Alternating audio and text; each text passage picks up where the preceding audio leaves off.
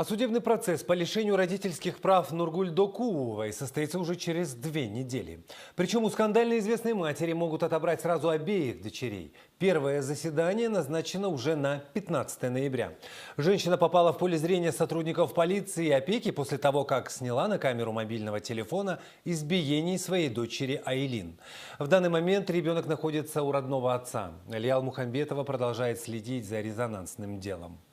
Сегодня 3-летняя Айлин вновь пришла в детский сад после долгого отсутствия. Воспитатели понимают, ребенку пришлось нелегко, поэтому уделяют ей особое внимание. Утром девочку привел папа Ермурат Касымов. Мать Нургуль Докуова имеет право встречаться с дочкой, но в детский сад женщину попросили не приходить. Для того, чтобы это все не нарушать, не нужно маме там быть. И Нургуль я попыталась объяснить, что не надо этого делать.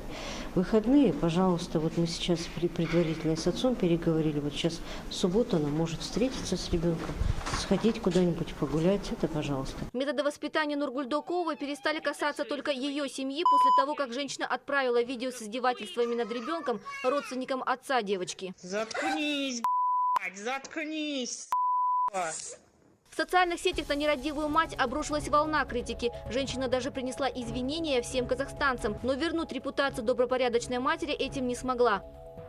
Дочку она не видела ни разу с тех пор, как ее из приюта забрал отец. Сотрудники опеки обещали помочь обоим родителям договориться о свиданиях. Пока что у Нургуль Докуовой есть на это полное право, но уже через 2 недели все может измениться. В суд поступило исковое заявление о лишении родительских прав в отношении гражданки Докуовой, которая отправила видеоролик родственникам отца ребенка, где обращалась жестоко с ребенком. Опрашиваются обе стороны, приглашаются отдел образования города Павлодара и прокурор города Павлодара. Нургуль Докуову могут ограничить в родительских правах не только на Айлин, но и на старшую дочь. Хотя это вряд ли ограничит их общение. 9-летнюю Айганым, скорее всего, передадут на воспитание родителям Нургуль.